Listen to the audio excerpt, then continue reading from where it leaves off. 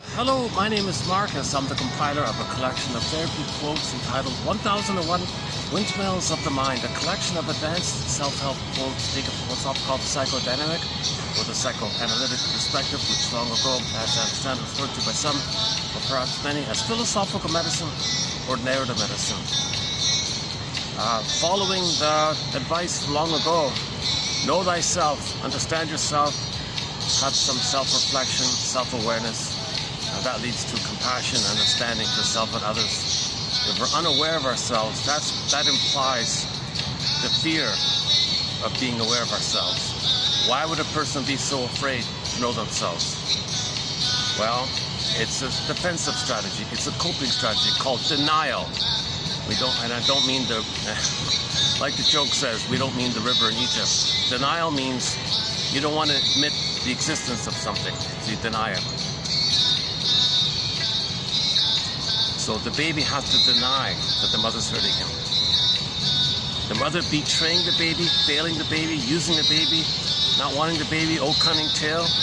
Maybe she feels entitled to use the child to take care of her, thereby not meeting the baby's needs, leading to a very painful pattern for the child, a painful emotional pattern, which can get wired in and becomes a prototype, becomes a stencil, template, blueprint, working model, and then it repeats it with everybody all the time.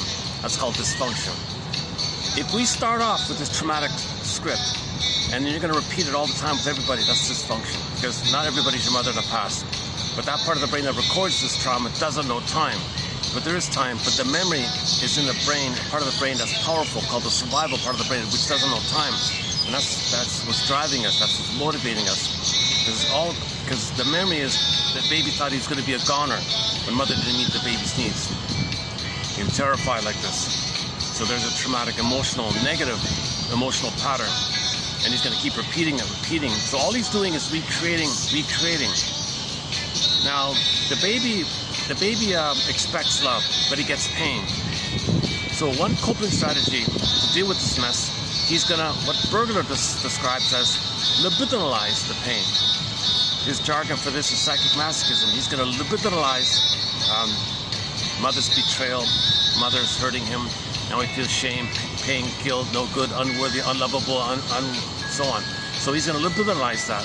So he'll be unhappy inside. The reality is he's gotta, to feel connected to his mother, he's gotta feel unhappy.